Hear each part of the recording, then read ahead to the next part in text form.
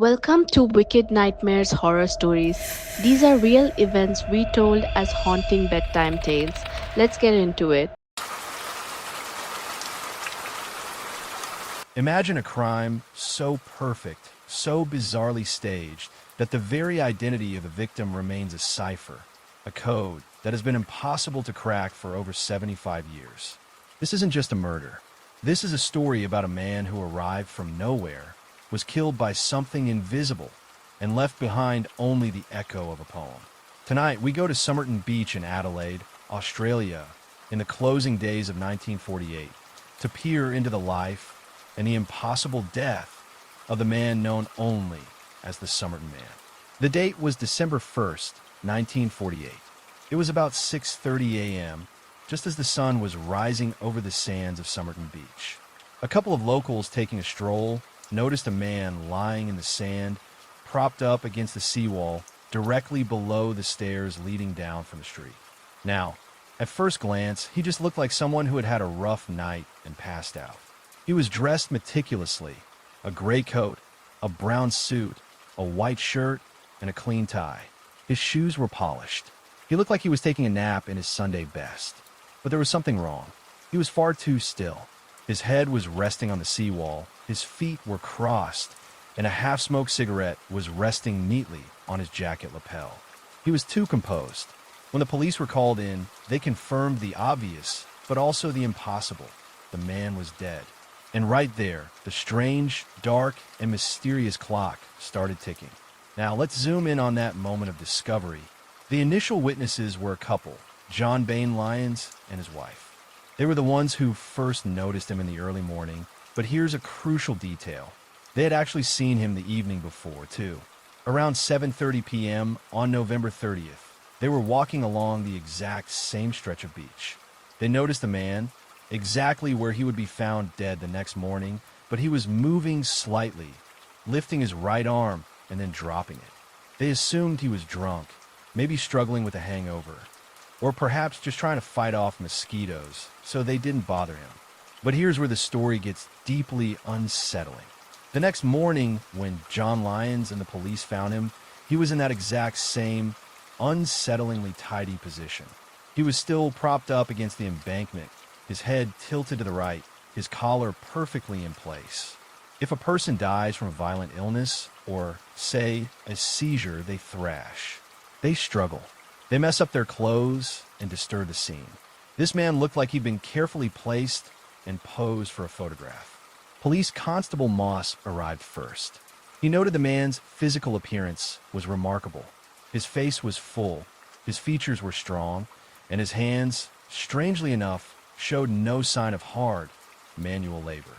They were the soft, well-maintained hands of an office worker, perhaps, or someone who didn't lift heavy weights.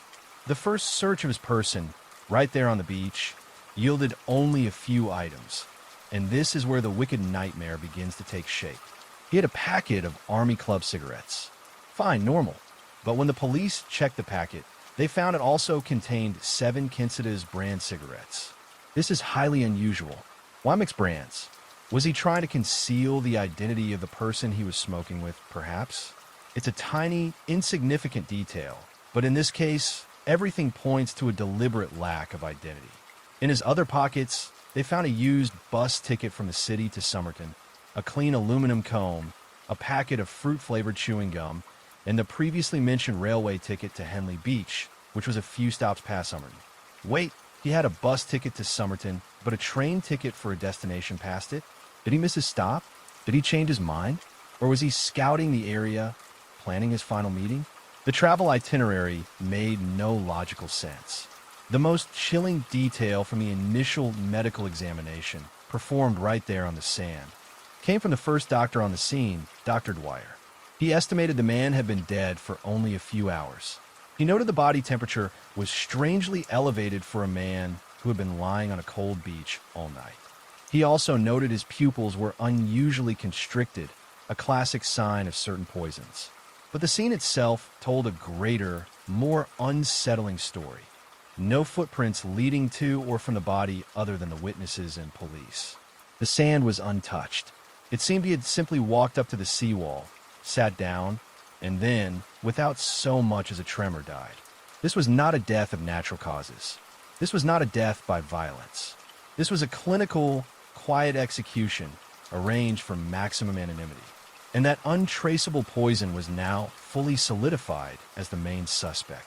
The Somerton Man was ready to tell his secrets, but he had none to give.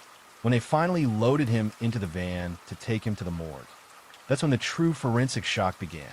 When they moved the body to the morgue, the case went from a suspicious death to a truly mind-bending puzzle. First, the physical examination. The man was in peak physical condition. Estimated age, 40 to 45. He was muscular, healthy, and showed no sign of struggle. But here is the bizarre contradiction. There was no definitive cause of death. His organs were congested, his spleen was enlarged, and he had traces of blood in his stomach, but no external injuries. The pathologist assigned to the case was Dr. John Burton Cleland, one of the most respected forensic minds in Australia at the time. And even he was stumped. He spent days running every toxicology test known to science in 1948. He tested for every common sedative, every known poison, every acid. Nothing. The body was clean. Yet, the visual evidence screamed murder. His spleen was 3 times its normal size. His liver and stomach were severely congested. This wasn't a heart attack or a stroke. Cleland concluded that the death was caused by an extremely potent, fast-acting poison that had been metabolized and eliminated by the body before anyone could detect it. He theorized it could have been a powerful digitalis derivative or perhaps a rare substance like streptanthin administered orally. Think about that for a second. This wasn't a clumsy killing with arsenic or cyanide. This was a professional job. A poison so specialized, so clean, that it turned the body into a perfect, untraceable kill switch. Whoever did this, they knew exactly what they were doing and how to make the evidence vanish. But the body itself held a few more secrets. Cleland noted an unusual, almost perfect anatomical anomaly. The man had unnaturally high calf muscles, typical of someone who frequently wore high heels, or perhaps a professional ballet dancer, or even a long-distance runner. He also had an unusually perfect set of teeth, but with a strange pattern of wear on his front teeth that suggested he habitually held a pipe or smoked something in a very specific way. Now, let's talk about the clothes. Every piece of clothing the Somerton Man wore, from his suit coat to his trousers, had the identification tags meticulously cut out. This wasn't a sloppy tear. The police, and listen to this, suggested this was done by the manufacturer because they had done such a clean job. No, this was an intentional attempt by someone to erase any trace of where these clothes came from. This level of detail is terrifying. If you kill someone and dump them, you don't typically spend an hour with scissors snipping away every identifying tag. It means the killer, or the victim himself, was terrified of the connection his garments might make. The only things that weren't erased were his meticulously polished shoes. And even they presented a strange contradiction. They were expensive and well-maintained, but the leather quality was actually quite cheap. It spoke of a man who valued appearance, but perhaps didn't have the funds to back it up. A man living on the edge of 2 worlds. He carried no cash, no wallet, and no identification. He was a perfect blank slate, but he did carry one other thing, a railway ticket to Henley Beach, which was a bus ride away. The idea that this perfectly dressed man, in perfect health, took a bus to the beach, died of an untraceable poison, and had his identity erased is truly a wicked nightmare. It wasn't just his death that was mysterious. It was the chilling, absolute effort put into making sure his life was forgotten. The case was hitting a wall. No missing person matched the description. The fingerprints led nowhere. But 8 months after the body was found, the police decided to re-examine the Somerton Man's clothing. And this is when they found the clue that gave this case its impossible name. In a tiny, secret fob pocket sewn into the waistband of his trousers, they found a small, tightly rolled up scrap of paper. It was the size of a postage stamp. On this scrap were 2 words, Tamám Shud. These are Persian words meaning it is ended or finished. This was a game changer. The words were eventually traced back to the final page of a collection of 11th century Persian poetry called the Rubaiyat of Omar Khayyam. Police immediately launched a public appeal to find the specific book the page was torn from. Weeks later, a man came forward. He had found a copy of the book in his unlocked car, which was parked near Somerton Beach around the time the body was found. The final page, the one with Tamám Shud, was missing, and the torn edge matched the scrap perfectly. But, as always with this case, it gets much, much stranger. Think about the astronomical odds here. They had a two-word phrase in Persian, taken from one of the most popular poetry collections in the world. They were asking the entire country, do you have a copy of this book? And is the last page missing? It's an impossible question, yet it worked.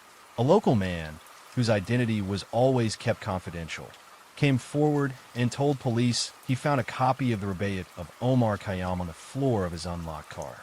The car had been parked in the exact area of Somerton Beach around the time the man died. And when the police examined the book, there was a neat, jagged tear where the last two words of the final poem had been, confirming the match. The torn edge of the tiny scrap of paper in the dead man's secret pocket was the exact missing piece of the book. It was a forensic puzzle that clicked together perfectly. Now, why a book of poetry? The Rubaiyat is famous for its themes of fatalism, living for today, and the certainty of death, the idea that you have one life, and then, Tamám Shud, it is ended. Was this the killer sending a message? Or was it the victim's own final, philosophical acceptance of his fate? The police were jubilant. They had the book. This was the direct line to the man's life. They carefully opened the front cover, examining the end paper, hoping for a name, an address, anything. And what they found wasn't a name, but two new pieces of the puzzle that would only deepen the mystery and lead the case down a terrifying conspiratorial road. First, scratched faintly onto the cover, was a phone number. This number was quickly traced to a woman who lived just a short walk away from where the Somerton Man was found. Her name was Jessica Thompson. Second, below the phone number, was something truly horrifying. 5 lines of what appeared to be code, written in a strange, erratic hand. This wasn't a note. This was a cipher. Inside the front cover of this recovered book, the police found 2 things scrawled in faint pencil. First, a phone number. This number belonged to a woman named Jessica Thompson, or Justin, as she was known to some. She lived just blocks from Somerton Beach. When police showed her the image of the Somerton Man, she admitted she recognized him, but denied knowing who he was. She claimed she gave a copy of the Rubaiyat to a man named Alfred Boxall during the war. But Boxall was quickly found alive, with his copy of the book perfectly intact. Justin's connection remains one of the greatest red herrings in the case, adding layers of deception. Second, below the phone number were 5 lines of letters, scratched out like a child's doodle, but clearly meant to be a code or a cipher. WRGOABABD, MLIAOETBSM, MTIMPANETP, MLIABOAIAQC, ITTMTSAMSTGAB. To this day, the code remains unsolved. Was it a message? Was it directions? Was it a record of a lethal transaction? The FBI, MI5, and Australian intelligence were called in. They looked at it as a possible spy code because everything about this man screamed espionage. The self-erased identity, the untraceable poison, the proximity to a military testing ground, and a secret code inside a poetry book. He wasn't an anonymous beach bum. He was a secret, walking cipher. The suitcase and the final puzzle pieces, a final set of clues appeared. A brown suitcase found at the Adelaide railway station, checked in a week before the body was found. Police were certain it belonged to the Somerton Man. Inside, the clothing had also had its labels meticulously removed, confirming the pattern. But the contents offered only more maddening contradictions. A stenciling brush and stenciling material, suggesting he might have been a sailor or fitter. A pair of scissors, which could have been used to cut the clothing tags. A dressing gown and slippers, indicating he intended to stay somewhere for a while. Most frustratingly, they found a specific type of orange thread used to repair one of the coats. This thread was common in the UK but impossible to trace back to a specific factory or tailor. Everything he possessed was deliberately generic. Every single piece of evidence was designed to confirm one thing. This man did not want to be identified. The theory became simple. He was a spy, or someone running from a lethal organization, and he came to Somerton Beach to meet someone who delivered him a highly potent, untraceable poison before he could even try to run. He had completed his task, Tamám Shud. But in 2022, DNA testing finally provided a name, and while it offered a path forward, it still hasn't solved the core wicked nightmare. Who killed him? And what was the code hiding?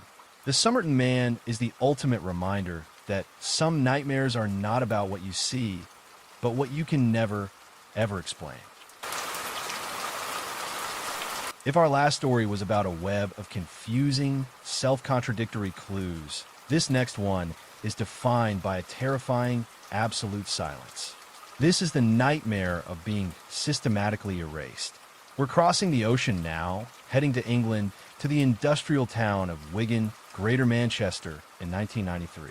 This is the case of a young woman who was found exactly where she was left, completely forgotten in a field known locally as a tipping spot. The date was July 14th, 1993.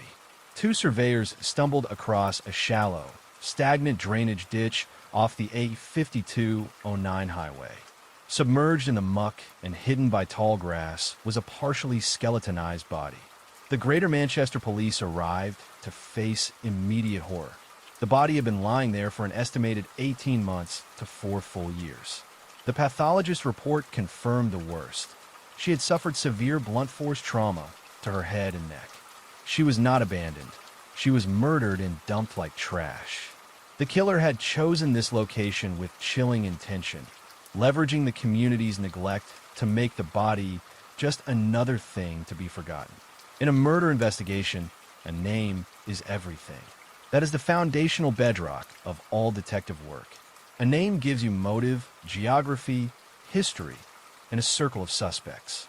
But for this young woman, estimated to be 18 to 30 years old, every check came back to a deafening, concrete wall of silence. Detectives cross-referenced her fingerprints, her rudimentary dental profile, and the remnants of her clothes against every missing person file in the UK. The result? Nothing. She had no paper trail, no job history, no formal tenancy, and no recent medical records. She simply did not exist in the system. Here is the most terrifying and psychologically dark component of this entire case. Absolutely no one reported her missing. For up to 4 full years, this young woman, someone's daughter, sister, or friend, was gone. And not a single alarm was ever raised. Think about the sheer, cold-blooded strategy of that reality. It means her anonymity was the killer's masterstroke. The location, that muddy, tipping spot, wasn't just a place to dump a body. It was a psychological choice. The killer knew this area attracted neglect. When people see discarded tires, broken furniture, and industrial rubbish, their brains categorize everything there is not worth reporting. The victim's body became part of the abandoned junk. The killer successfully used the area's existing pattern of disregard as their primary cover. This suggests the victim was already marginalized long before her death. She was likely transient, moving through the network of temporary housing, maybe squatting, or relying on short-term, cash-based relationships. If she didn't have a fixed routine, a stable home address, or a formal job, her disappearance wouldn't register as a disruption to any official record keeper. Her life had been entirely uncoupled from society, making her the perfect target. The killer didn't have to stage an elaborate cover-up because her life was already a blank space. They didn't have to meticulously remove every clothing label. They just had to ensure she wasn't wearing anything distinctive. The most horrifying conclusion the police had to face was this. The intentional anonymity wasn't something achieved only post-mortem. It was a dark reflection of the woman's life itself. This total anonymity created immediate investigative paralysis. Without a name, police couldn't ask the fundamental, case-breaking questions. Who hated her? Who stood to gain from her death? Who saw her last? All the pathways of standard police procedure. from interviewing neighbors to tracing known associates, were immediately blocked by this suffocating silence. The psychological profile that emerges is terrifying. The killer was organized enough to move a body and know the perfect hiding place, a local familiar with the scrubland. The killer was operating with an assumption of social immunity. This wasn't a professional hit. This was a crime of brutal opportunity, followed by calculated cold disposal that relied entirely on the victim being a nobody. And because she truly was a nobody in the eyes of the record books, the investigation was stuck permanently in neutral. All they had to go on were the bizarre, conflicting fragments left behind. First, the detail that gives this case its name, the tattoo on her left forearm. It wasn't some faded butterfly or cheap ink job. This was a mermaid wearing a sailor's hat, holding a trident. It was professionally done, detailed, and striking. The police immediately focused on the theme, maritime, in landlocked Wigan. This detail screamed of a past spent near the coast, maybe in a major port city like Liverpool or even further afield. Surely, a tattoo this specific would be traceable to an artist or a specific subculture, sailors, perhaps naval veterans, or even a local biker gang with a nautical bent. Detectives spent countless hours circulating detailed drawings of the mermaid across every major port. Every tattoo parlor known to have been operating in the UK between 1989 and 1993. They hit a brick wall. No artist claimed it. No client was recognized. The irony is excruciating. The one thing that was meant to be a permanent, undeniable mark of identity became the most frustratingly anonymous part of the body. Was the tattoo a memento of a brief, wild romance with a sailor? Was it a symbol of a life she wished she had? Or was it simply a choice made years ago, far away from Wigan, whose significance faded into the forgotten past? The mermaid, instead of being a guide, led investigators into the deepest part of the ocean where all evidence sinks. Tucked near the body, police found the second piece of the puzzle, a small, grainy photograph of a man in a kilt. He was mid-20s, dark-haired, and dressed in the full, traditional Scottish regalia. This clue immediately polarized the investigation. It suggested a profound emotional connection. Wiles carry a small picture of a man in a kilt for years. Yet it was also instantly suspicious. Could this man, who was so recognizable, be the killer? Was the killer deliberately leaving a false clue? The investigation turned northward, pouring resources into Scotland. The image of the man in the kilt was plastered across every police station, every local newspaper, and every Highland Regiment's bulletin board. They searched for him at Highland games, military functions, and local pubs. The man in the kilt became the most hunted and most invisible person in the investigation. The silence here is truly baffling. The kilt is not subtle. It represents heritage, family, and tradition. For a man dressed like this, to be completely untraceable means one of three things. One, he too was transient and simply vanished. Two, the photo was old and he had dramatically changed his appearance. Or three, and most chillingly, he knew the killer and was either complicit in the silence or was quickly silenced himself after the murder. The photograph, meant to be a face, remained a cipher, a haunting ghost of a profound relationship that only deepened the woman's mystery. Finally, the police examined the two smallest, yet most telling, fragments of evidence. A set of ill-fitting false teeth, or dentures, were found near her. For a woman likely under 30, this is a grim, shocking detail. It wasn't just poor dental hygiene. It spoke volumes about a life marked by poverty, violence, or severe addiction. Teeth decay rapidly under extreme duress or lack of care.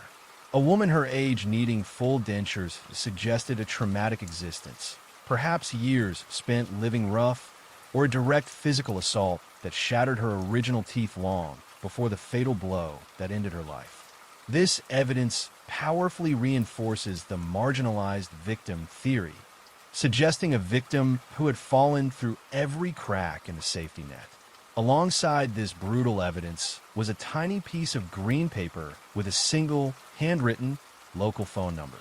It was likely the last phone number she ever wrote down, maybe a contact for a temporary job, a shelter, or terrifyingly, the killer themselves. Attempts to trace the number, even in the early 90s, led nowhere, as the number was either disconnected, temporary, or belonged to a person who refused to talk. This piece of paper is perhaps the most tragic fragment of all, representing her last desperate, failed attempt to connect with the world before she was utterly consumed by the darkness. These three clues, each so specific, yet so fruitless, locked the entire investigation in a suffocating stasis.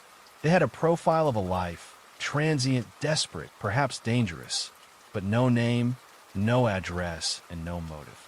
As the 90s turned into the 2000s, the woman with the tattooed hand became one of Greater Manchester's most chilling cold cases. The initial team retired, the leads went dusty, and the file was relegated to the basement, but the nightmare of the unclaimed woman persisted. The only hope lay in technology that simply didn't exist in 1993. In the mid-2000s, police made the agonizing but necessary decision: exhumation. In 2005, the body was removed from its unmarked grave. This was done with the clinical hope that modern science could finally break the wall of silence. The primary goal was to obtain a complete DNA profile. Skeletal remains, even after years of degradation, often hold enough mitochondrial or nuclear DNA to generate a clean genetic blueprint. This DNA could then be run against national and international databases. The moment of testing was fraught with desperation. If the victim had any living relatives who had submitted DNA for other crimes or missing persons reports, the system would ping back a name, a life, and a family. The detectives held their breath. The result, when it came back, was a punch to the gut. No matches were found. The victim's DNA profile was clean, a unique ghost in the genetic ledger. She was still irrevocably anonymous. The initial nightmare of her erasure was confirmed by the most advanced technology of the time. The killer's masterstroke had survived the genetic revolution, but the police refused to quit. They realized they were looking in the wrong place. If she wasn't in the DNA database, maybe they could find her geographically. This is where the science takes a bizarre, fascinating turn. Frustrated, the police turned to isotopic analysis. This technique is used primarily in archaeology, but it became the last hope of the homicide squad. Think of it like this: everything you eat and drink, the water, the plants, the regional food, contains chemical signatures or isotopes specific to the area on Earth where they were produced. These isotopes are absorbed by your body and permanently locked into your teeth and bones. Your teeth, formed in childhood, record where you grew up. Your bones, constantly remodeling, record where you lived in your final years. The forensic scientists meticulously analyzed the woman with the tattooed hand's skeletal remains. They were looking for a chemical barcode that could narrow down her origins. And finally, after years of absolute silence, the science offered a concrete path. The isotopic analysis revealed two stunning facts. First, her early life and final years were definitively spent in the northwest of England. She wasn't an immigrant, she wasn't a world traveler, and she didn't grow up thousands of miles away. She was local. The mermaid and the man in the kilt were not clues to her birthplace, but to a relationship or a lifestyle adopted right there, in her own backyard.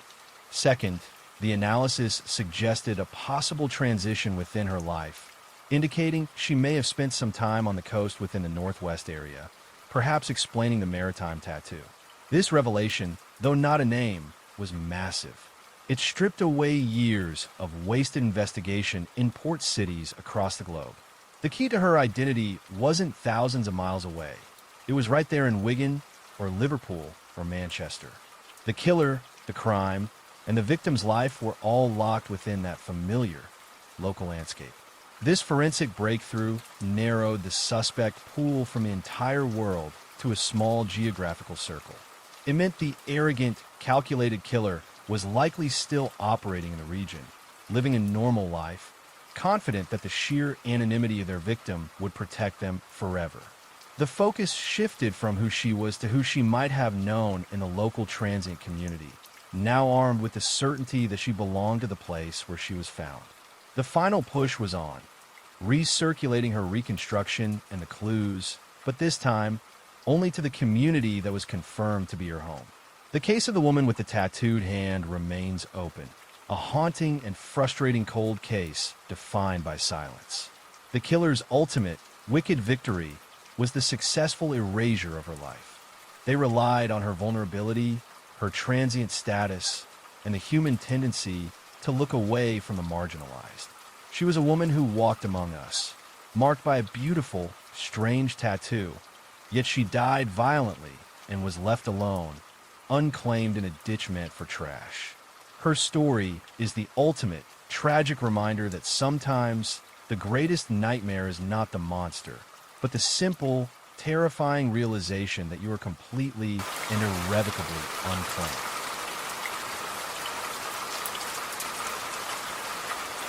That was another real bedtime story from Wicked Nightmares Horror Stories. Make sure you subscribe so you don't miss what comes next.